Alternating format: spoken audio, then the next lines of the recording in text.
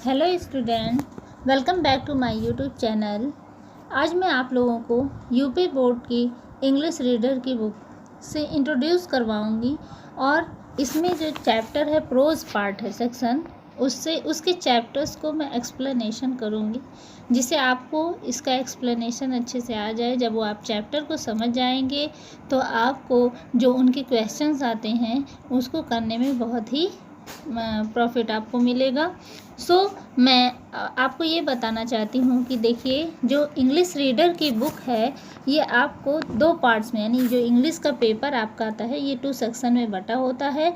Section first होता है आपका जिसमें आपको ये प्रोज है, पोएट्री है और सप्लीमेंट्री रीडर, ये 3 पार्ट हैं, यानी ये स्टोरीज़ है और पोएम की है। ये सब चीज़ें आपको इसमें पढ़नी है। इसमें से शॉर्ट क्वेश्चन भी आते हैं, लॉन्ग क्वेश्चन भी आता है, ट्रू फॉल्स आते हैं। तो ऐसे ही इनके सारे पार्ट्स आते हैं जो मैं आपको इंट्रोड्यूस करवाऊंगी, तो इसको भी मैं बताऊंगी।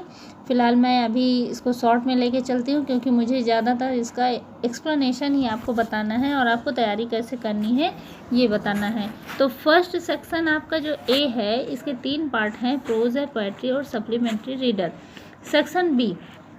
सेक्शन बी जो है ये ग्रामर पोर्शन है। इसमें आपको सारे ग्रामर पढ़ने हैं, ट्रांसलेशन है और कंपोजिशन, ये सारे पार्ट्स हैं जो आपको इसमें डिटेल से जानकारी लेनी है, यानी 10th क्लास में आपको पढ़ना है। इसमें से जो प्रोज वाला सेक्शन है, प्रोज सबसे पहले आपको प्रोज जब आप करना स्टार्ट करेंगे तो इसमें आपको ये करना है कि प्रोज से जो 6, देखिए प्रोज में कितने चैप्टर है, 6 चैप्टर है। इस चैप्टर से आपको चैप्टर के नाम और इनके राइटर्स के नाम को लर्न कर लेना है। तो ये आपको जब आपका क्वेश्चन नंबर फर्स्ट आता है, पैसेज दिया जाता है, पैसेज में क्वेश्चन पूछे जाते हैं कि क्या राइटर्स के नाम बताइए, क्या मतलब आपको पहचानना होगा पैसेज, और पैसेज को पहचानने के बाद उसमें चैप्टर का नाम बताना होता है और जो है क्वेश्चन में पूछ लेता है और उसके राइटर का नाम पूछ लेता है। तो जब आप ये लर्न किए रहेंगे तो ईजिली आप स्टोरी को आप जब मैं एक्सप्लेनेशन बताऊँगी तो आप स्टोरी आपको ध्यान रहेगी, और जब थोड़ा सा भी आप उसका जो दिया रहेगा पैसेज पढ़ेंगे तो आप ये जान जाएंगे किस चैप्टर का है, चैप्टर का नाम याद होना चाहिए। और दूसरी चीज़ है उस चैप्टर के राइटर कौन है, उसको किसने लिखा है वो भी लर्न होना चाहिए। तो यहाँ देखिए आपका जो प्रोज वाला पार्ट है, प्रोज में 6 चैप्टर है। फर्स्ट चैप्टर आपका है द एन्चेंटेड पूल और इसके राइटर कौन है, सी राजगोपालाचारी। सेकंड चैप्टर है अ लेटर टू गॉड, इसके हैं जी.एल. फ्लुएंट। थर्ड चैप्टर आपका है द गंगा, पंडित जवाहरलाल नेहरू। क्या लिखा है, P.T.J.L. नेहरू, पंडित जवाहरलाल नेहरू। चैप्टर 4 है सुकरात, इसके हैं रोडा पावर, राइटर हैं। और चैप्टर 5 है टॉर्च बियरर के हैं W.M. रायबर्न। और चैप्टर 6 है our Indian music, stories and anecdotes, इसके हैं आर श्रीनिवासन। ये आपको प्रोज पार्ट में अभी पढ़ा रही हूँ, तो मैं प्रोज में बता रही हूँ कि आपको प्रोज में लेसन का नाम और राइटर का नाम लर्न कर लेना है। चलते हैं हम अपने टॉपिक पर।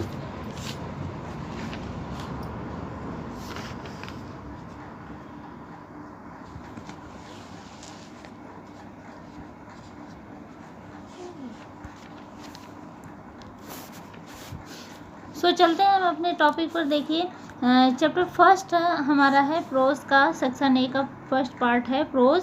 इसमें है फर्स्ट चैप्टर है द एन्चेंटेड पूल। एन्चेंटेड मतलब होता क्या है, मैं आपको इसमें एक्सप्लेन करूँगी, इसकी मीनिंग बताऊँगी। एन्चेंटेड मीन्स होता है जादुई तालाब। अभी आप लिखने की मत बेटा कोशिश कीजिएगा, मैं बता रही हूँ, आप इसका एक्सप्लेनेशन आप सुनिए और मैं इसके बाद आपको लास्ट में ये जितनी भी मीनिंग्स आएंगी वो सारी मीनिंग्स मैं आपको दे दूँगी, प्रोवाइड करा देती हूँ और उसको आप नोट कर लीजिएगा। तो इस चैप्टर को लिखने से पहले आप लेसन के नाम लिख लीजिएगा और उसके राइटर के नाम। तो देखिए यहाँ पे फर्स्ट चैप्टर आपका है the enchanted pool. The enchanted pool के राइटर है द सी राजगोपालाचारी। तो ये दोनों चीज़ें आपको लर्न होनी चाहिए कि the enchanted pool chapter first है और इसके राइटर हैं सी राजगोपालाचारी। चलिए मैं अब अबाउट द अथर के बारे में, ये जो सी राजगोपालाचारी हैं इनके बारे में इसमें कुछ लिखा है, देखिए स्टार्ट करती हूँ मैं।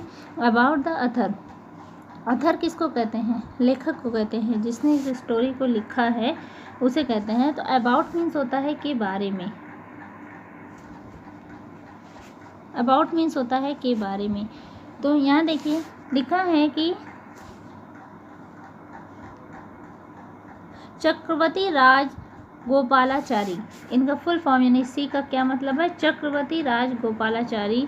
ये इनकी डेट ऑफ बर्थ लिखी हुई है 10 दिसंबर 1878 टू 25, ये इनकी डेथ की डेट है 25 दिसंबर 1972 में। इनफॉर्मली कॉल्ड राजा जी और CR was an Indian lawyers. देखिए यहाँ पे लिखा है कि इनफॉर्मली कॉल्ड राजा जी, इनको सी राजगोपालाचारी के अलावा राजा जी के नाम से भी जाना जाता है और CR के नाम से भी।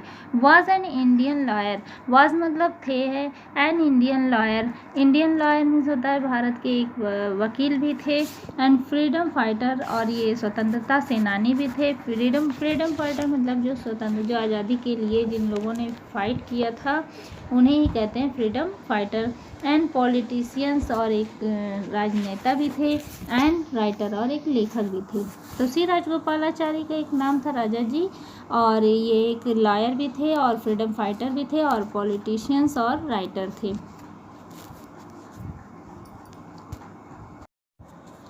ही was the founder of the Swatantra party. He मतलब वाह, यानी C Rajagopalachari was the founder means होता है संस्थापक।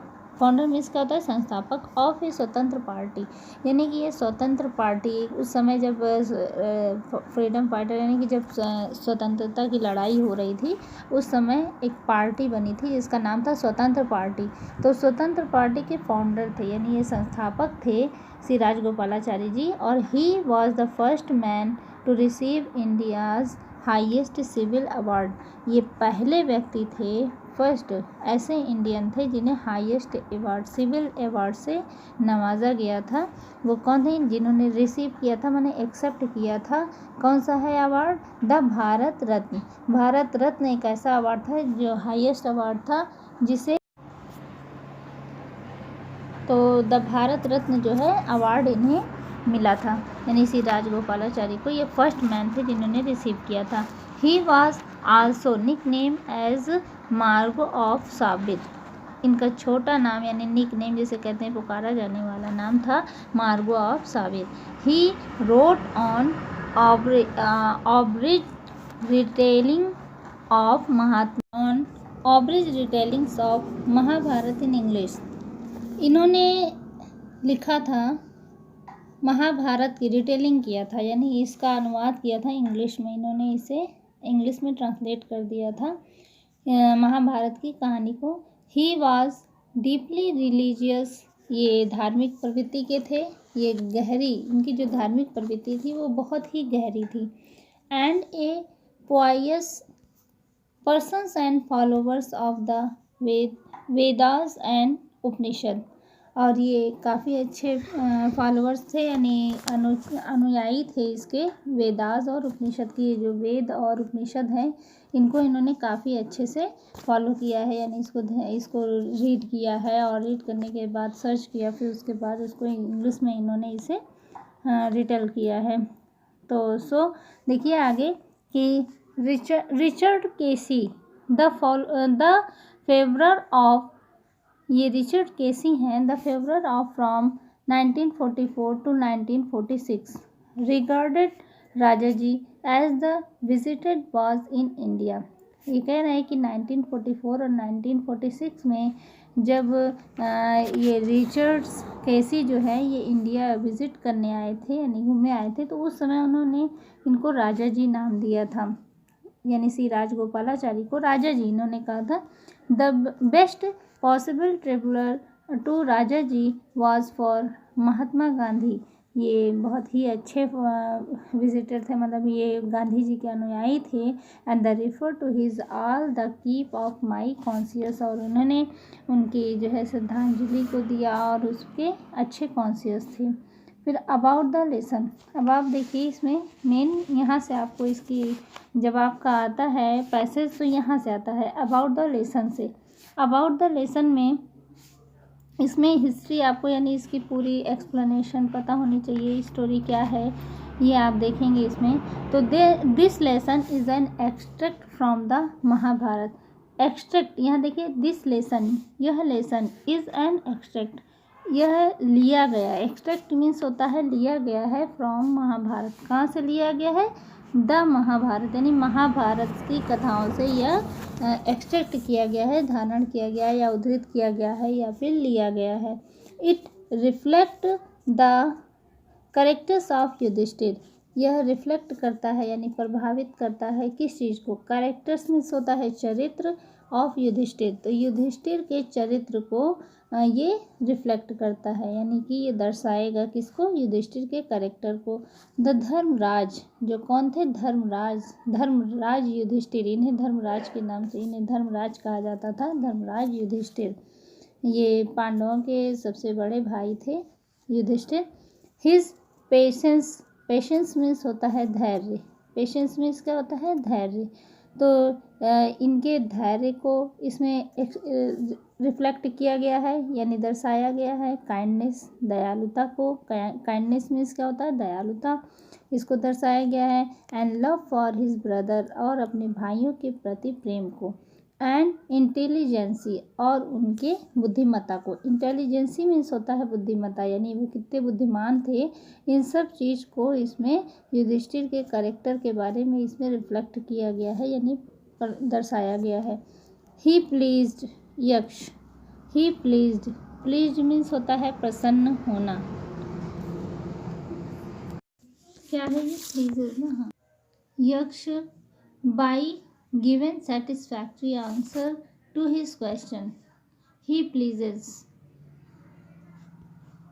वह प्रसन्न करते हैं किसको? यक्ष को। बाई गिविंग मतलब होता है देकर, सेटिस्फैक्ट्री संतुष्टिपूर्ण, answer to his question, Yaksha के जो क्वेश्चन थे उसको उन्होंने संतुष्टिपूर्ण आंसर देकर उन्हें प्रसन्न किया। तो द यक्ष वाज प्लीज्ड, यक्ष जो थे वो बहुत ही प्रसन्न हुए थे विद युधिष्ठिर से। इम्पार्टिलिटी, किसी निष्पक्षता, इम्पार्टिलिटी मीन्स होता है निष्पक्षता, तो युधिष्ठिर के निष्पक्षता से यक्ष जो है वो बहुत ही प्रसन्न होते हैं। द यक्ष वाज यम, यक्ष कौन थे? यम है। द लॉर्ड ऑफ डेथ, यानी कि लॉर्ड मीन्स होता है देवता या ईश्वर, ऑफ डेथ, ये मृत्यु के देवता थे यम, जो क्या रूप धारण करके आए थे? यक्ष का। तो यक्ष कौन थे? यम थे, जिन्हें क्या कहते हैं? Lord of death. Who had taken the form of यक्ष, हु हैड, जिन्होंने, हैड टेकन धारण किया था, द फॉर्म यानी रूप, ऑफ यक्ष, टू सी, यक्ष का रूप धारण किया था, टू सी देखने के लिए, युधिष्ठिर को, एंड टेस्ट हिज नॉलेज, और उनके ज्ञान को टेस्ट करने के लिए इन्होंने यक्ष का रूप धारण किया था। Being satisfied with his answer he blessed him and disappeared. Being satisfied यानी कि प्राप्त करके, सेटिस्फाइड संतुष्टिपूर्ण, विद हिज आंसर, वे अपने आंसर से संतुष्ट हो जाते हैं उनसे, और ही ब्लेस्ड, वह उन्हें, ब्लेस्ड मीन्स होता है आशीर्वाद देते हैं, हिम उन्हें, यानी कि श्री राजगोपाल युधिष्ठिर को आशीर्वाद देते हैं, और डिसअपियर्ड मीन्स होता है विलुप्त होना, और वे उसके बाद विलुप्त हो जाते हैं।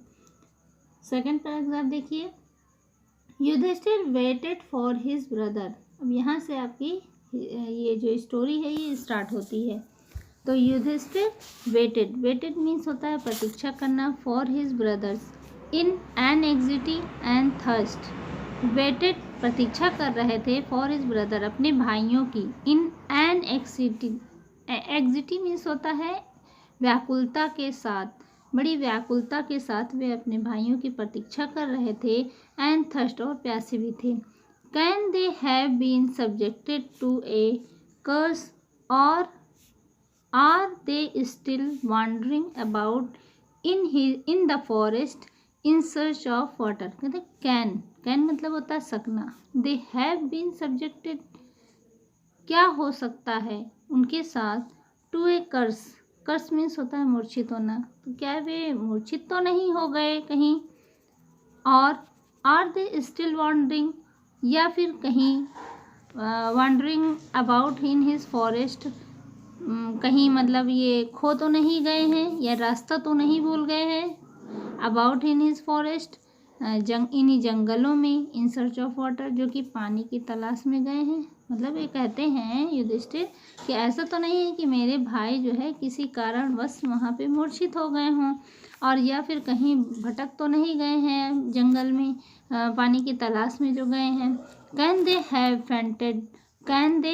फेंटेड और डेड ऑफ थर्स्ट, ऐसा तो नहीं है कि वे फेंटेड हो गए हैं यानी कि मूर्छित हो चुके हैं, और या डेड थर्स्ट, या कि प्यास के कारण वे कहीं मृत तो नहीं हो गए। अनेबल्स टू बियर मतलब सहन ना कर सकना।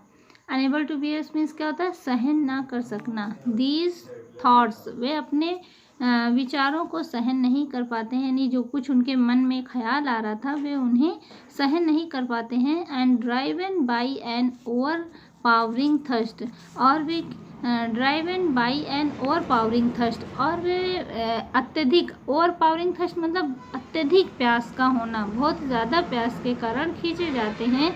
He gave up waiting and, उन्होंने छोड़ दिया। ही गेव अप मतलब छोड़ देना, वेटिंग प्रतीक्षा करना, एंड स्टार्टेड, उन्होंने उनकी प्रतीक्षा करना छोड़ दिया, एंड कि वे अपने भाइयों की प्रतीक्षा जो कर रहे थे उन्होंने उसको छोड़ दिया कि and started out to look for his brother, और उन्होंने शुरू किया, स्टार्टेड आउट टू लुक और देखना शुरू किया, स्टार्टेड मतलब शुरू करना, आउट टू लुक देखना शुरू किया, फॉर हिज ब्रदर अपने भाइयों को, and full hoping that the might find them, इस इच्छा के साथ वे आगे बढ़ते हैं कि वे उन्हें खोज लेंगे। तो देखिए युधिष्ठिर प्रोसीडेड मीन्स होता है आगे बढ़ना। युधिष्ठिर आगे बढ़ते हैं इन द डायरेक्शन मीन्स होता है दिशा में, इन द मतलब उस डायरेक्शन में, हिज ब्रदर जिधर उनके भाई गए थे, had taken and keep on walking through track full of wild, had taken और वे लेते हैं उसी रास्ते को, उसी ट्रैक को पर चलते हैं जिधर जिस डायरेक्शन में उनके भाई गए थे। kept on walking टहलते हुए, and through track उन्हीं रास्तों पर, फुल ऑफ वाइल्ड बियर जो कि फुल मतलब भरा हुआ था, वाइल्ड बियर जंगली भालुओं से, एंड स्पॉटेड मीन्स होता है चितकबरी, यानी जिसके ऊपर छोटे छोटे चितकबरे से धब्बे जैसे स्पॉटेड निशान पड़े हों। डियर मीन्स होता है हिरन, तो ऐसे हिरन जो स्पॉटेड हिरन थे यानी चित्तीदार हिरन जिसको कहते हैं। एंड बिग फॉरेस्ट और जो बहुत घने जंगली बर्ड्स, फॉरेस्ट बर्ड्स देखिए जहाँ पर जंगली बर्ड्स भी बहुत सारे थे। Still he came upon a beautiful green, जब तक, स्टिल मतलब होता है तब, स्टिल नहीं, टिल मतलब तब तक, टिल मीन्स क्या होता है तब तक, ही कैम वह चलते जाते हैं, अपॉन ए ब्यूटीफुल ग्रीन मैडो जब तक वह ब्यूटीफुल मैडो, ब्यूटीफुल मतलब सुंदर, ग्रीन मतलब हरा, मैडो मीन्स होता है चरागाह, यानी जहाँ जानवर चरने जाते हैं, ऐसे मैडो उसको कहते हैं जहाँ हरी घास के मैदान हो। तो वे came upon a beautiful green meadow, वे जब तक चलते हैं जब तक कि वे एक सुंदर हरे मैदान में नहीं पहुंच जाते। Around a pool of clear water, जिसके चारों तरफ, अराउंड वो कहाँ था, ये मैदान कहाँ था, एक क्लीन वाटर साफ पानी के पूल मतलब होता है तालाब, साफ पानी का तालाब था जो जिसे घिरा हुआ था क्या, ग्रीन मैडो, ठीक है। तो बट लेकिन जब ही सा वह देखते हैं, हिज ब्रदर अपने भाइयों को, लेटा हुआ, लेइंग मीन्स क्या होता है लेटा हुआ, देयर वहाँ, देयर मीन्स क्या वहाँ, जब वह अपने भाइयों को वहाँ लेटा हुआ देखते हैं, लाइक फ्लैग पोल, लाइक मतलब के समान, फ्लैग पोल्स होते हैं जिसमें ऐसा डंडा जिसमें झंडे को लगाया जाता है, जो हमारा फ्लैग है उसको लगाया था, उस पोल के समान अनेबल्स टू रिस्ट्रेन, और सहन नहीं कर पाते। रिस्ट्रेन मतलब होता है सहन ना कर पाना, अनेबल टू रिस्ट्रेन इस बात को वह सहन नहीं कर पाते हैं। हिज ग्रीफ, और अपने दुख को वह सहन नहीं कर पाते, रोक नहीं पाते हैं। ही लिफ्टेड, वह उठाते हैं। हिज वॉइस, मतलब लिफ्टेड मीन्स होता है उठाना, हिज वॉइस मीन्स आवाज़, वह अपनी आवाज़ यानी तेज आवाज़ के साथ, लिफ्टेड हिज वॉइस मतलब अपनी तेज आवाज़ के साथ वो चिल्लाते हैं, अपने दुख को रोक नहीं पाते हैं, चिल्लाने लगते हैं। एंड वेप्ट, और रोने लगते हैं। ही, देखिए आगे देखिए, ही touched the forces of faces, he touched means होता है छूना, स्पर्श करना। द फेसेस, फेसेस मतलब चेहरे को, और भीम एंड अर्जुन, भीम और अर्जुन के चेहरे को वो टच करते हैं यानी छूते हैं।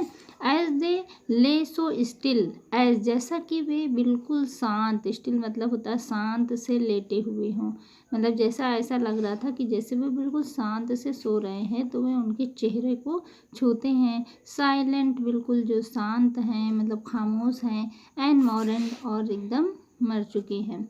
तो वे अपने भाइयों को देखकर उनके चेहरे को टच करते हैं जो खामोश बिल्कुल शांत से पड़े हैं, मरे हुए। तो was his to be the end of all over vows, वो कहते हैं कि वाज मतलब था, दिस मतलब यह, टू बी द एंड क्या यही अंत था, ऑफ ऑल ओवर वोव्स हमारी संपूर्ण यात्रा का क्या यही हमारा अंत होना था। जस्ट जबकि, व्हेन आवर एग्जिल जबकि मैं अपने मार्ग पर था। देखिए यहाँ से है कि was this to be the end of all vows, कि वॉज मतलब था, this to be the end जबकि समाप्त होने वाली थी, ऑफ ओवर वोव्स मीन्स होता है प्रतिज्ञा, जबकि वह अपनी प्रतिज्ञा समाप्ति पर थी, यानी जो उन्होंने प्रतिज्ञा ली थी वो ख़त्म होने वाली थी। तो जस्ट जबकि, व्हेन आवर एग्जिल वनवास, एग्जिल मीन्स होता है वनवास, और उनका व्हेन आवर एग्जिल जबकि हमारा वनवास समाप्त होने को था। तो इज़ अबाउट टू एंड क्या हमारे इस वनवास का यही अंत था। अबाउट टू एंड कहते हैं कि क्या हमारे वनवास का यही अंत था। You have been taken away, जिस रास्ते पर हम चले थे तो उसका क्या यही अंत होना था। और ये सोचने लगते हैं कि इवन द गॉड, कि गॉड को क्या यही मंजूर था। है फॉर सेकेंड, और इसी बात को सोचते रहते हैं। मी, उन्होंने मेरे लिए क्या है, गॉड ने यानी ईश्वर से वो कहते हैं कि क्या ईश्वर ने मेरे लिए यही सोच रखा था। इन माई मिसफॉर्च्यून, कि मैं जो है इस तरह से मेरे अंत होगा, मेरे वनवास का जो मैंने प्रतिज्ञा ली थी, और जिस 14 वर्ष का उन्हें वनवास मिला था ना, तो वो कहते हैं कि क्या मेरे वनवास का प्रतिज्ञा जो मैंने पूरी की है अब अंत होने को था, तो क्या मुझे मेरे साथ यही होना था, गॉड ने ईश्वर ने यही लिख रखा था। सो मैं आज आपको फर्स्ट पार्ट में ये द एन्चेंटेड पोल का फर्स्ट पार्ट मैं यहीं तक आपको बताती हूँ, और नेक्स्ट वीडियो में मैं आपको इसके आगे के एक्सप्लेनेशन को, यानी कि पेज नंबर 9, ये पेज नंबर 8 था, और मैं आपको पेज नंबर 9 का एक्सप्लेनेशन नेक्स्ट वीडियो में बताऊँगी। तो प्लीज़ इसको ध्यान से सुनिएगा, और इसकी जो मीनिंग है मैं आपको दे रही हूँ, इस मीनिंग को आप लिख लीजिएगा और इसे लर्न कर लीजिएगा। और इसमें बेटा ध्यान रखिएगा कि आपको स्पेलिंग भी याद कर लेना है, क्योंकि जो आपका 2 नंबर का क्वेश्चन आता है कि कहते हैं कि फिल इन द ब्लैंक्स, मतलब इसमें एक स्पेलिंग दे देंगे और उसमें गैप कर देंगे, तो कुछ चीज़ें गायब कर देंगे जिसमें आपको स्पेलिंग को करेक्ट करना होगा। तो स्पेलिंग जब आपको लर्न होगी तभी आप स्पेलिंग उसमें फिल कर पाएंगे कि यहाँ क्या हो सकता है।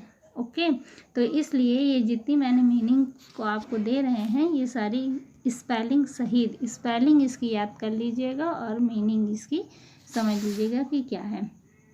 तो thanks for watching my video, और इसे आप शेयर कीजिए और अपने दोस्तों से भी, और मेरे चैनल को सब्सक्राइब कीजिए। मैं आपको 10th क्लास की मैथ भी पढ़ाती हूँ, इंग्लिश भी पढ़ाती हूँ, साइंस भी। तो जो टॉपिक आपको प्रॉब्लम आता है उस टॉपिक को आप मुझसे कमेंट कीजिए, मैं आपकी प्रॉब्लम को सॉल्व करूँगी। तो बाय बाय।